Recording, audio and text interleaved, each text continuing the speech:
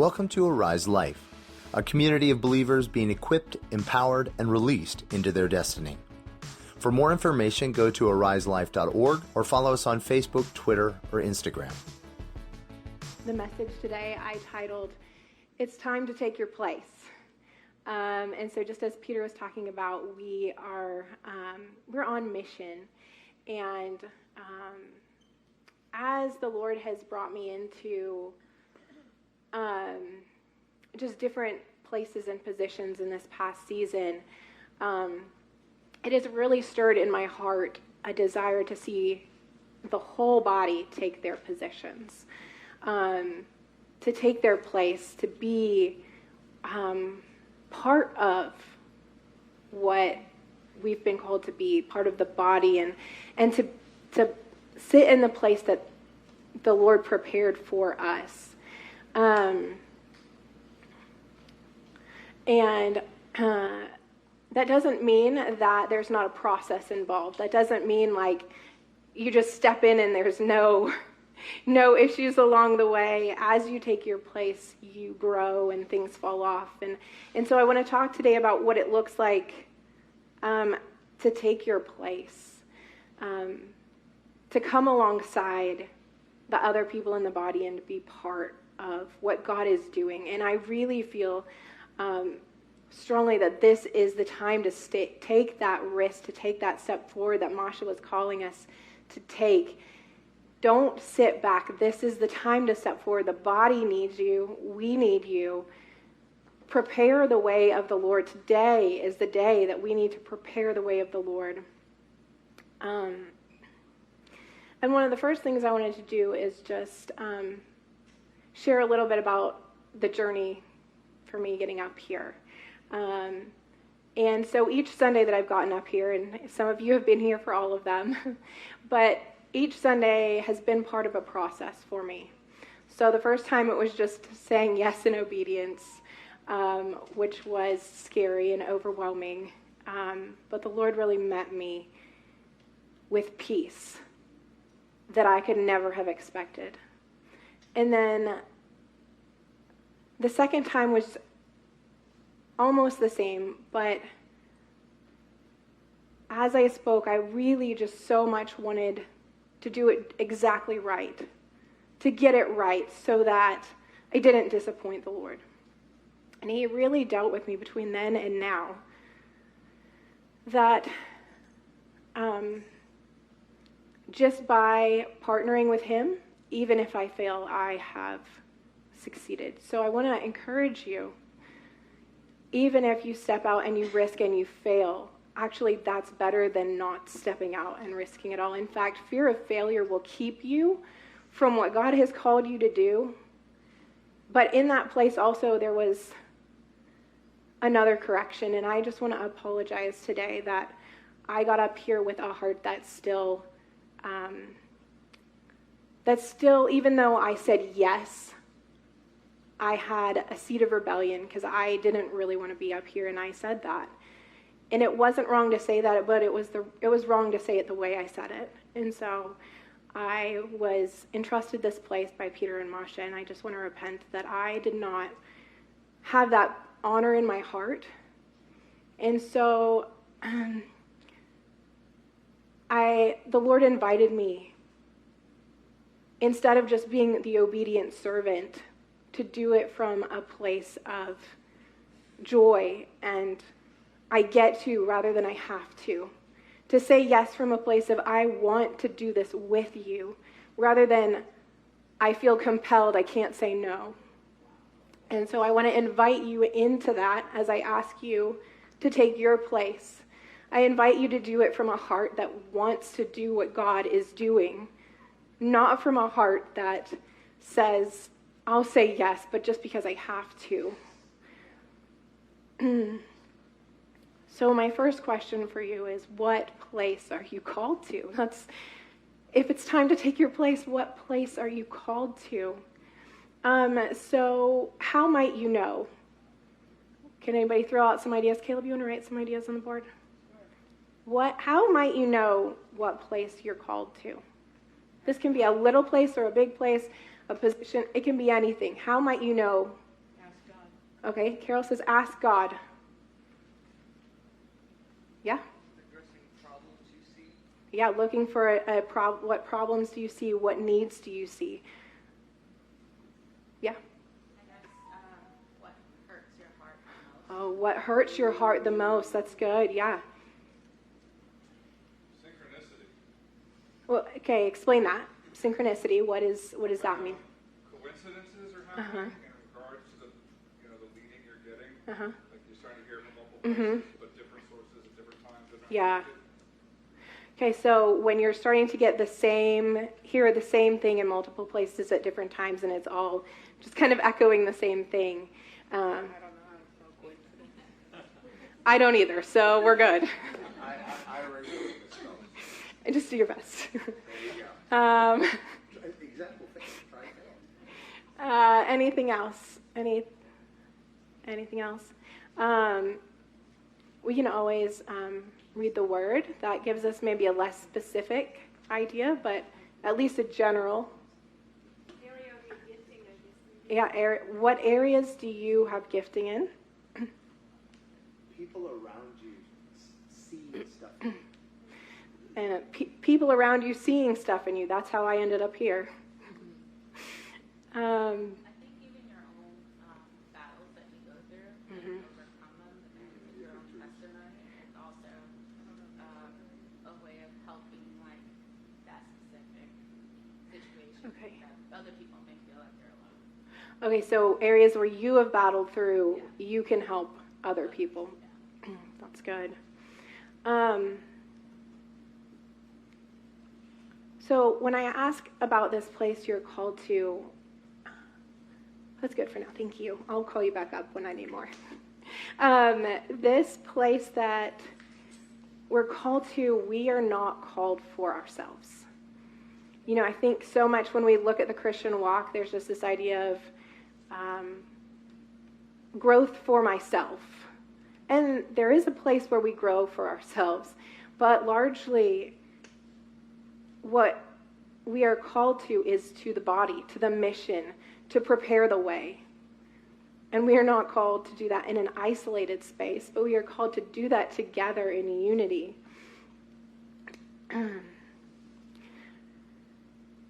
Now, this could mean, and I want you to think very near in time. Like, a lot of times we fall into two ditches. Either we think about what I am called to do, what my place is way in the future. Like, maybe you've been given a prophetic word and it is big and it's like, well, I don't know how I'm going to get there. So that's way in the future. That's not, I think sometimes we think that's just going to drop in my lap, but that's not the way that works. It works little by little, the Lord walking you in that direction. They didn't step out of Egypt and then just step right into the promised land. There was a process to go through. They had to take each step. They had to do some scary things, but each moment had a purpose.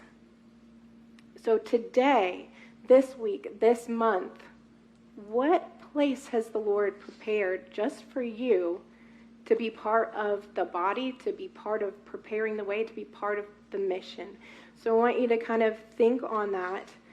And that might mean that your season is changing. So where you were called yesterday, last month, last year, I kind of feel like we are in a transition period for many people. We are clinging to what was good in the last season, and we're not able to take a step. Or there wasn't anything good in the last season, but it's too scary to move into the next season. I saw this picture as I was preparing the message, and it was this picture of us sitting in this prison cell with the shackles fallen off and the door wide open, but we're still sitting in that prison. And I don't know who that relates to. Some of us have taken a step out of that, but if that relates to you, I encourage you to risk and don't continue sitting in a prison that the Lord has set you free from.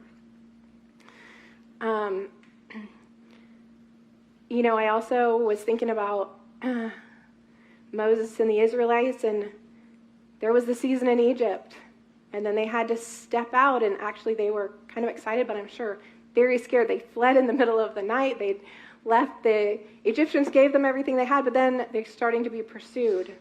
And so then they have to step into the Red Sea that's been parted, but there's a wall of water on either side. And then they have to continue walking through the desert. Moses goes up on the mountain, and they're at the bottom, and they're supposed to wait for him, but they get really tired of waiting, and they make some bad choices. And then they get to the promised land, but they are too afraid to do what God says they can do. So often we're too afraid of what God says you can do. I created you for this. You can't do it alone, but with me, we've got this, because I've got 90% of it. I just need your 10%. So if you are in that transition place, that hard place, I just really encourage you to be brave and to risk the pain of that transition. My husband last night was cleaning his Blackstone, and he has to re-season it. And what that looks like is he has to scrape off all the old seasoning. And for days, he has been out there scraping the old seasoning off. It wasn't that seasoning wasn't good. It is just time. It has worn down. It is time to re-season. He was even out there last night with an angle grinder or a sander, sanding off the rest of it. Sometimes we have to be sanded down for the next season. And that's painful. And instead of pressing into that, we press away from it. And God's not sanding you down because what there wasn't good. It's because what is coming, it needs to be cleared off so a fresh re-seasoning can be laid down.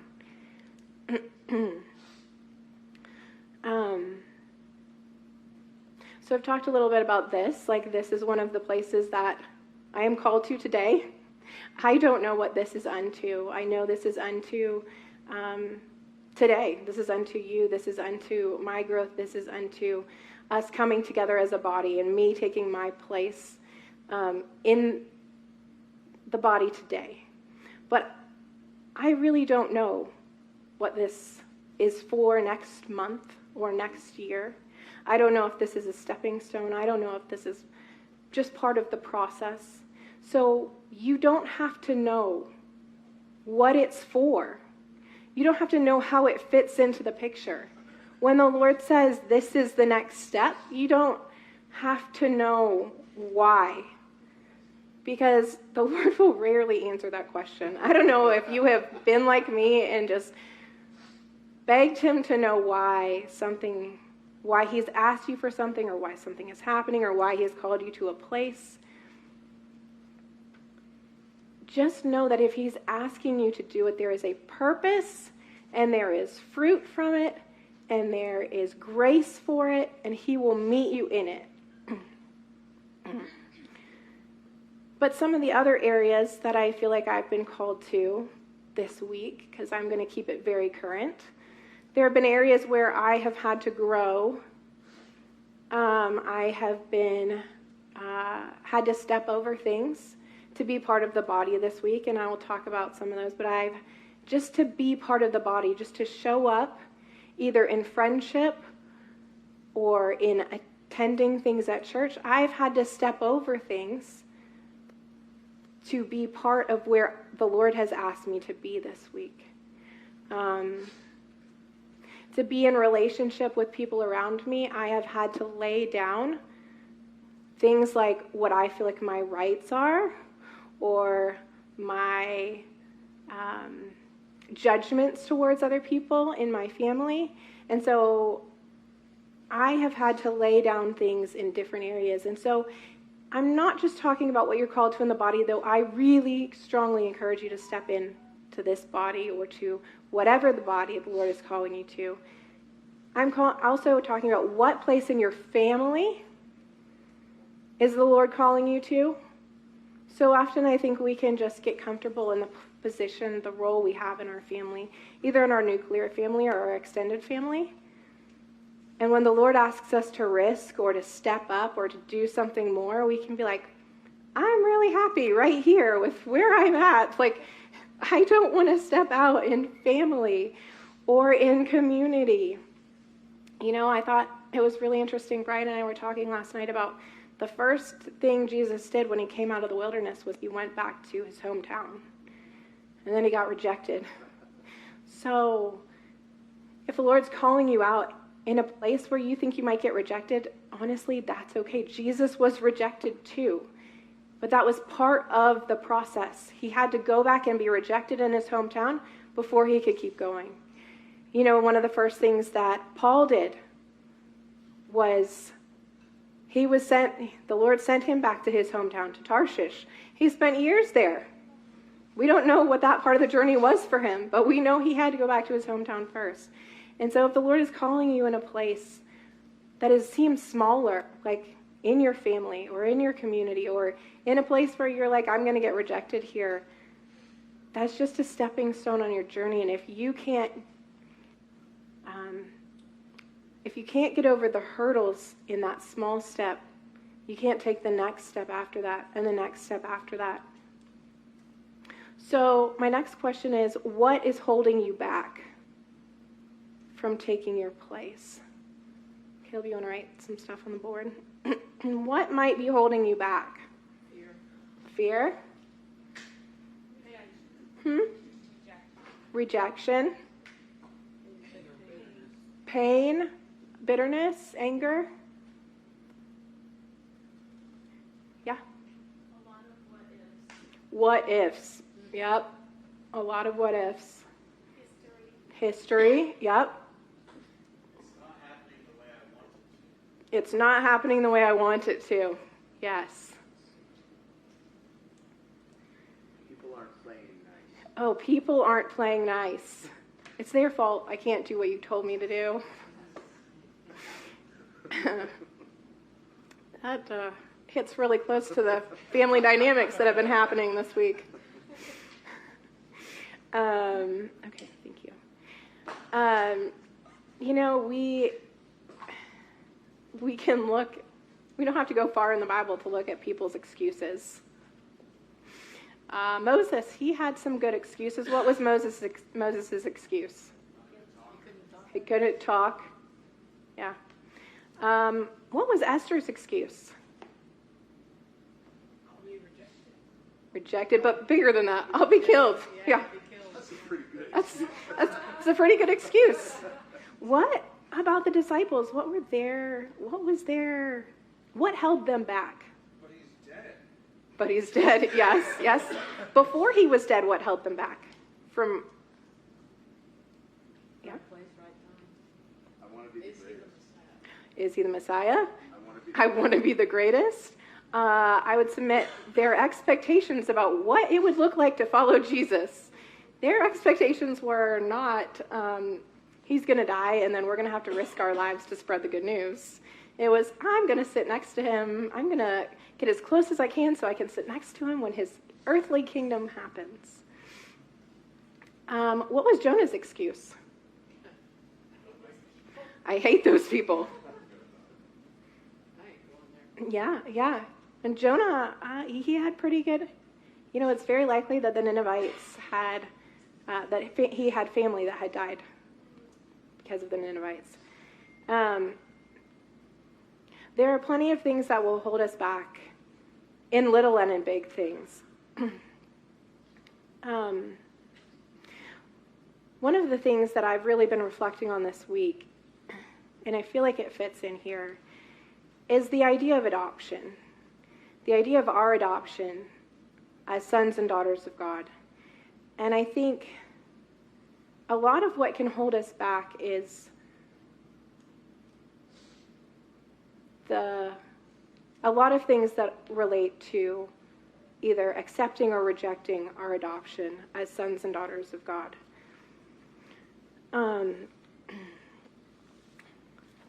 Can somebody tell me some of so I'm thinking about adoption from a place of not a baby being adopted, but like an older child being adopted. What sort of problems might come up? What sort of heart issues, what sort of things might cause issues as the child processes the adoption? Acceptance. Trust issues. Culture clash. Abandonment. Huh? Set in their ways. Changing identity. Yes. Finding my place in the family system. Finding my place in the family system. Fear of them not liking me. Yeah, fear of acceptance or rejection. Yes, these are all so good. I think also it'd be hard. I mean, I can imagine somebody like feeling like they had to look out for themselves the whole time. So why should I allow a stranger to try to help me if my own abandoned me?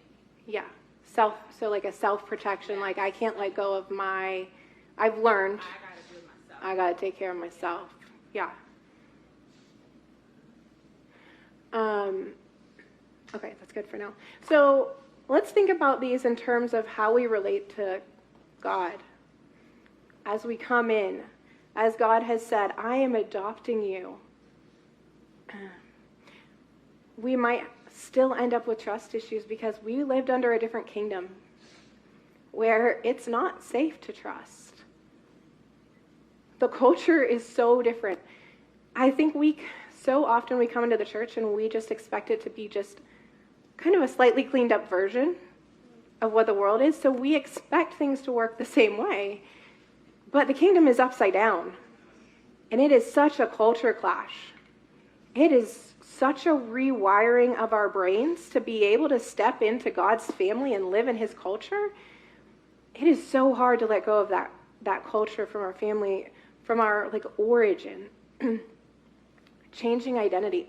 This, I think, is one of the biggest issues we have, is we have such a hard time understanding our identity in Christ and who he has specifically called us to be. The song he has specifically called us to sing. We get so caught up in the false identities that we had before, or that idea like I'm a sinner, like I can't be part of God's family, or constantly like, am I good enough? Can I really be part of God's family? And the enemy will tell us so many lies. You're not good enough to be part of this. You can't be in that position. You don't know how to do it. You weren't trained for this. You don't have the background for it. It's just really real.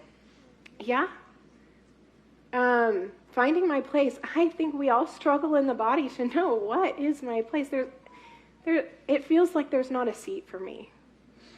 It feels like nobody wants me to be there. Like it's better that I just stay home. Have you guys heard these lies before? Like, is any of this fear of rejection? Again, kind of the same thing. Like, well, you say you like me today, but when I show you who I really am, will you still like me? Will you then abandon me because, you've only seen the good part of me?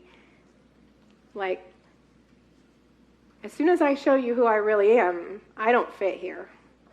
I can't be part of this. That's self-protection. I don't trust God to take care of me because nobody took care of me those first years. We feel like nobody was taking care of us. And part of the reason that I was thinking about this is someone close to me has been fostering a child. And just in the past little bit, the termination of parental rights happened. And the Lord was talking to me about actually how powerful that is in the kingdom. Before you can be adopted, there has to be a termination of parental rights. And so I would like to say, when each of you said yes to adoption with the Lord, there was a termination of parental rights from the enemy. He's got no legal say over you. There is a termination of parental rights over the law. The law has no legal say over you. Over the flesh, there is a termination of parental rights over your flesh. It has no legal rights over you. Now, you do still have the freedom. As a child who's been adopted and grown up, they have the freedom to go back to that family. If they can find their family of origin, they can go back and connect. Or they can live like they weren't adopted. They can fight the adoption. They can run away from the love that the new family has to offer. Or they can accept it and lean in. And I'm not saying that is easy, because there is all of this. There is trauma. And in just like with adoption, in some cases it's a literal physical death that leads to adoption. But either way, there is a death of something, a death of a family, a death of dreams, a death of what was, a death of who I was there before there is life over here. And so, as we look at our spiritual life, the old has to die for there to be the new life. And as long as we keep trying to resurrect that old family, that old culture, or to live halfway in between, it's going to constantly be a battle. And it's not a battle because Jesus is making it a battle. It is a battle because we are making it a battle.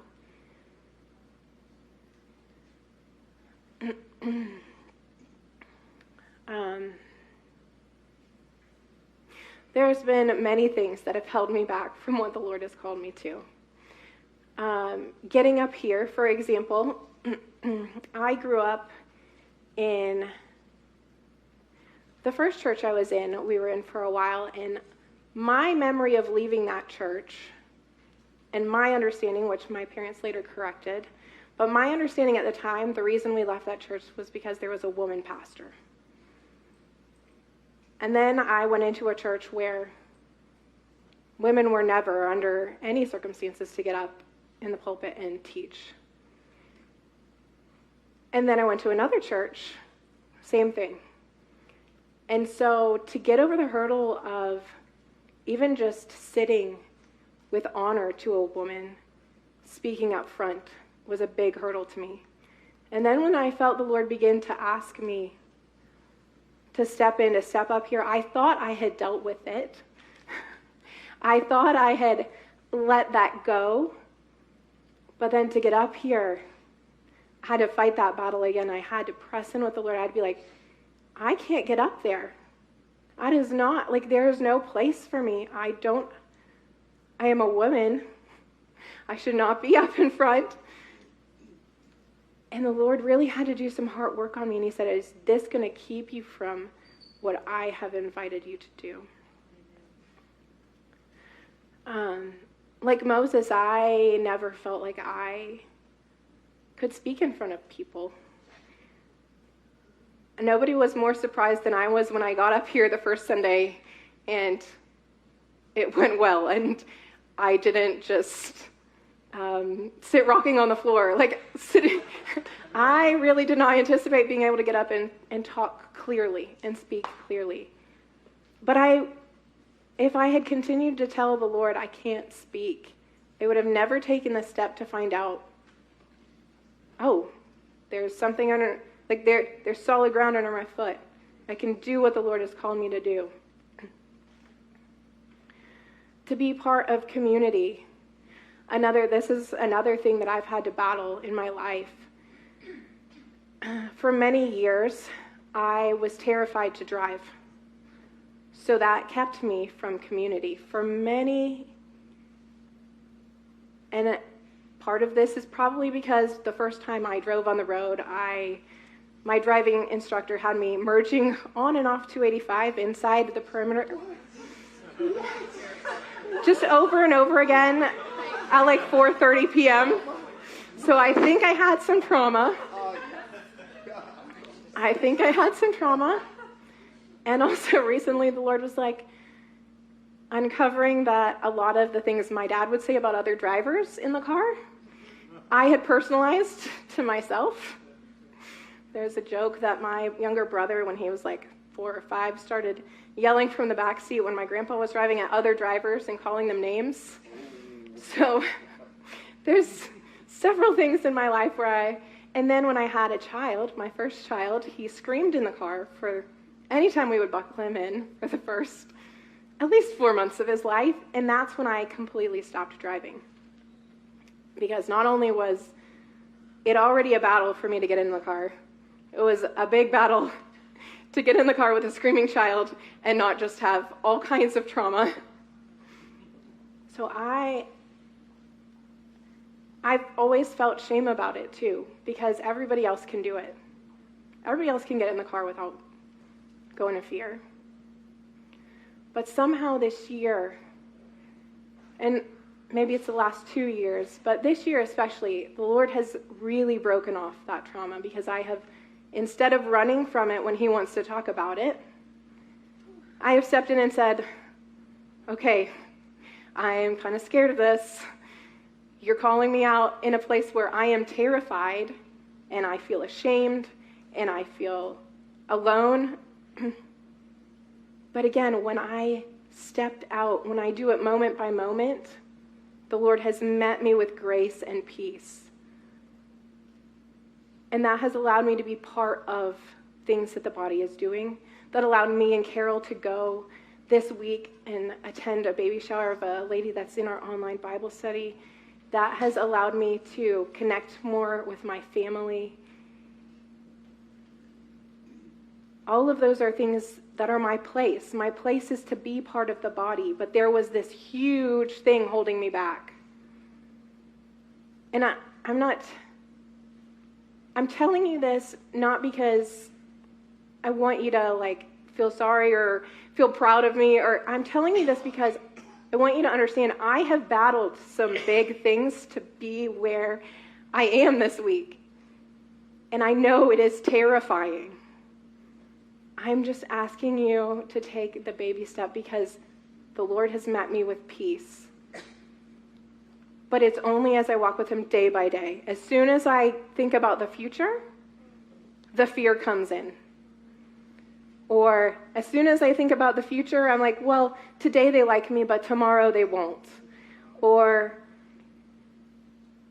I can let down my self-protection just for today, but I can't do it forever.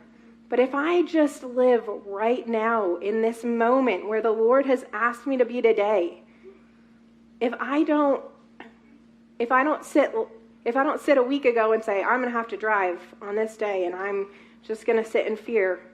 But if I say, that day will have enough, that day the Lord will meet me. If on Monday I start thinking about leading today, there's an easy path to fear. But if I just say, on Sunday there will be enough, the Lord will meet me, because he is the one who asked me to step into this, and it is unto my place today. There will be grace. There will be enough. So we have further to go, but I want to stop, and I just want you to visualize with me. I want you to close your eyes. And I just want you to ask the Lord, what place are you calling me today or this week or this month? What place, Lord, are you calling me?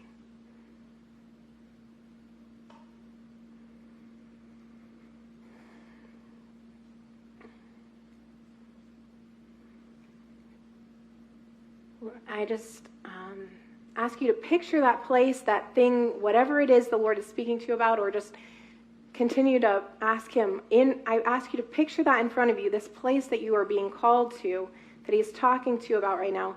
And then I want you to feel what is holding your arm back. And I want you to look over your shoulder, and I want you to see what is holding you back from this specific place the Lord is calling you to right now. What is holding you back?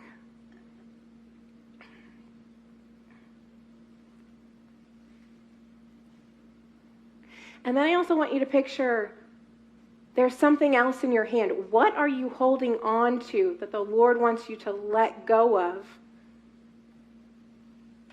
to be able to move forward into that place. So what's not only holding on to you, but what are you holding on to? What do you need to let go of? What do you need to leave behind?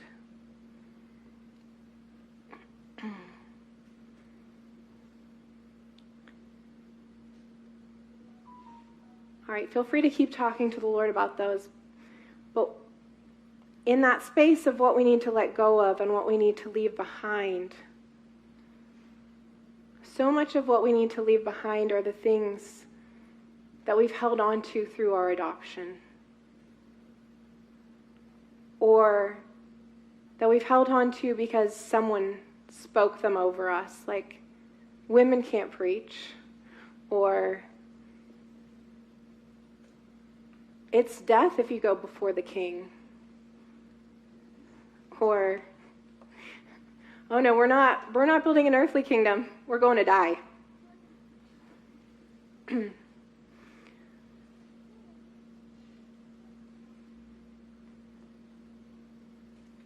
you need to leave behind fear or bitterness or jealousy?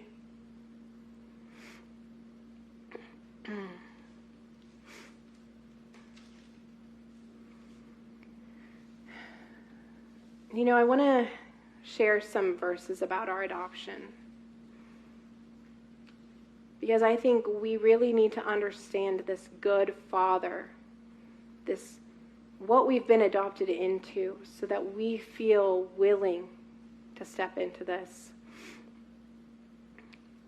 I'm going to look at Galatians 4:5-7. It says, God sent him to buy freedom for us, who were slaves to the law, so that he could adopt us as his own children. And because we are his children, God has sent the Spirit of his Son into our hearts, prompting us to call out, Abba, Father. Now you are no longer a slave, but God's own child. And since you are his child, God has made you an heir.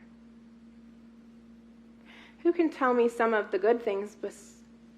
One of them is mentioned here, but what are the good things about adoption? What do you get? What do you gain as part of an adoption? Security. Belonging.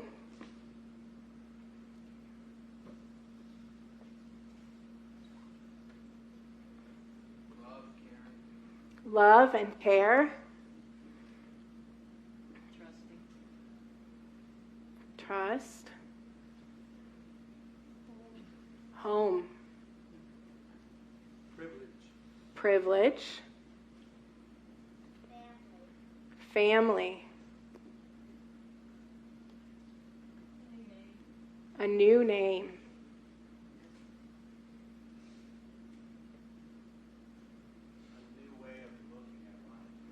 A new way of looking at life.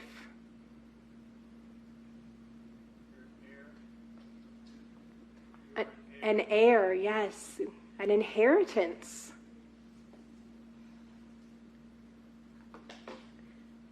You're chosen. You gain the fact that you're chosen. Okay, that's good. Can't be disowned either. Yeah, can't be disowned. These things you only gain when you lay down all of this.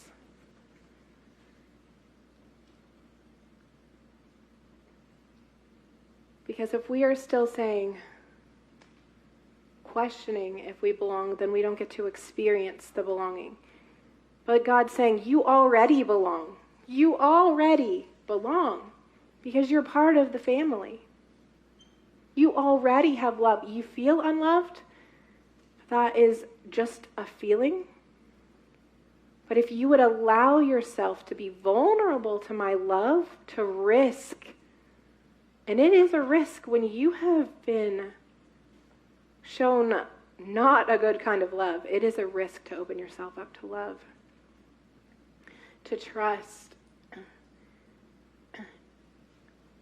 I unfortunately know a number of people who have been adopted who have not been able to receive, who have just fought, not because the family is not offering stuff, but because their past continues to hold them. The trauma continues to hold them. And they won't risk for even a moment trusting that there's something better. So I'm asking you to risk trusting that there is belonging and security and love as part of adoption, because unless you fully believe that you have a place, you're not going to step into it. And that doesn't mean it's going to be all rainbows and sunshine. I mean, if you look at the early church, they had some problems. It was not all rainbows and sunshine. You are interacting with other people who are still in different stages of being here. But the more we can all individually and together move here, the more we can relate to one another with grace, with love, and the more we can serve the body together. The body needs you.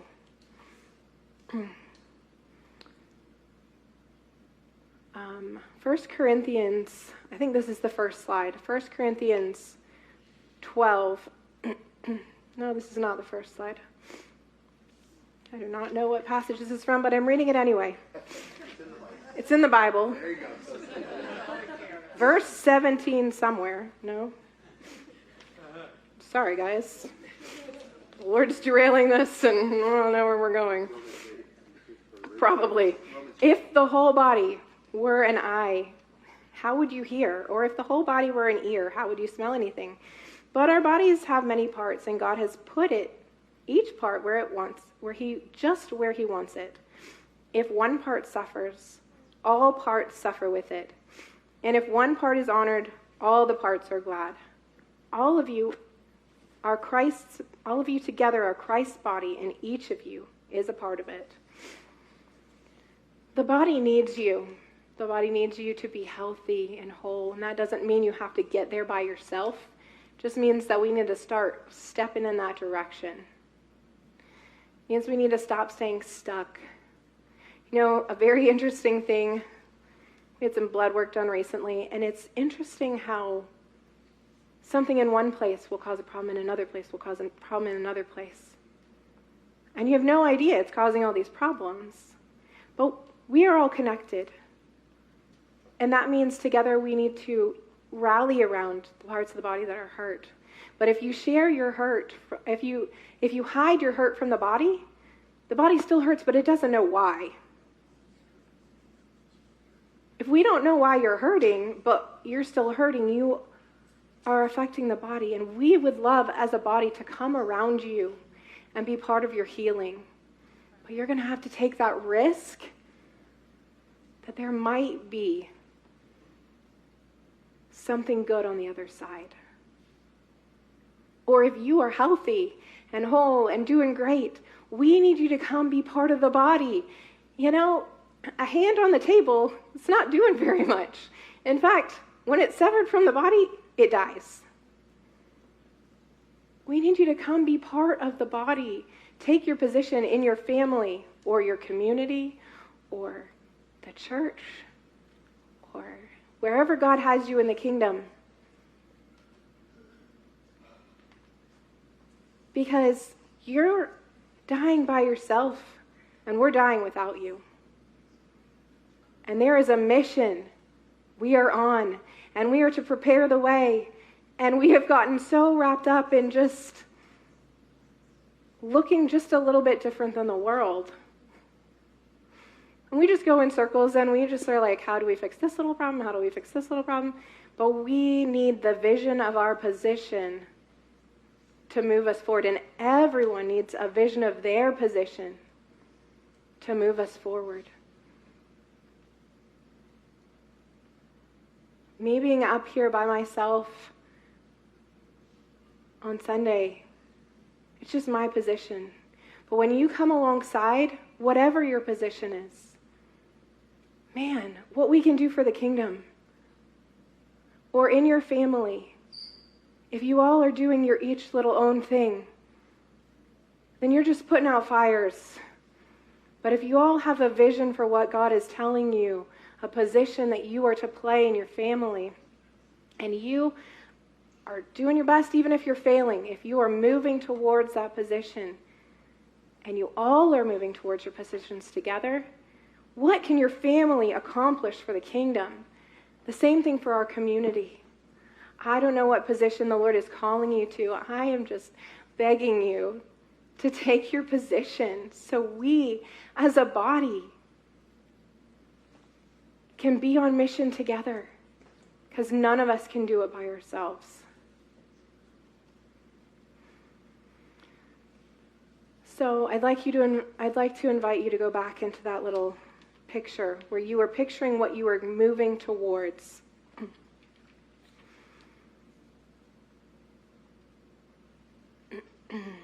I want you to picture that whatever's been holding on to is releasing you. Or whatever you're holding on to, you're releasing, and whatever is holding on to you has released its hold. And I want you to ask the Lord,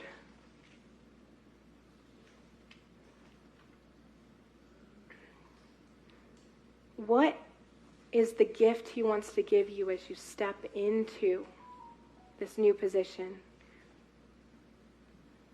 What is he holding out to you as you step forward into that position?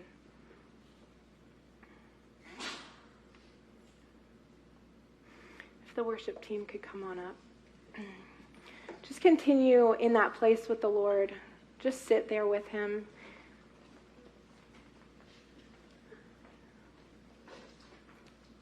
Just continue to have this conversation with him wherever you are stuck in this picture. If you are stuck because whatever you couldn't see the thing letting go of you, or you couldn't let go of the thing, wherever you are stuck in this picture, I want you to just invite God. And I want you to take a risk and say, God, I trust you as my adoptive father to be good in this place. And Lord, I just ask that you would begin to do a work in each one, that whatever is holding them back or whatever they're holding on to, you would help them break free. And I just ask that they would see the joy, the gift set before them as they step into this little or big step. And I just thank you that each one is so necessary and has an individual and specific role to play. Even if they don't understand why, I just pray your blessing over them and your courage over them as they prepare to step into what you're calling them in. I pray this in Jesus' name. Amen. For more information, go to ariselife.org or follow us on Facebook, Twitter, or Instagram.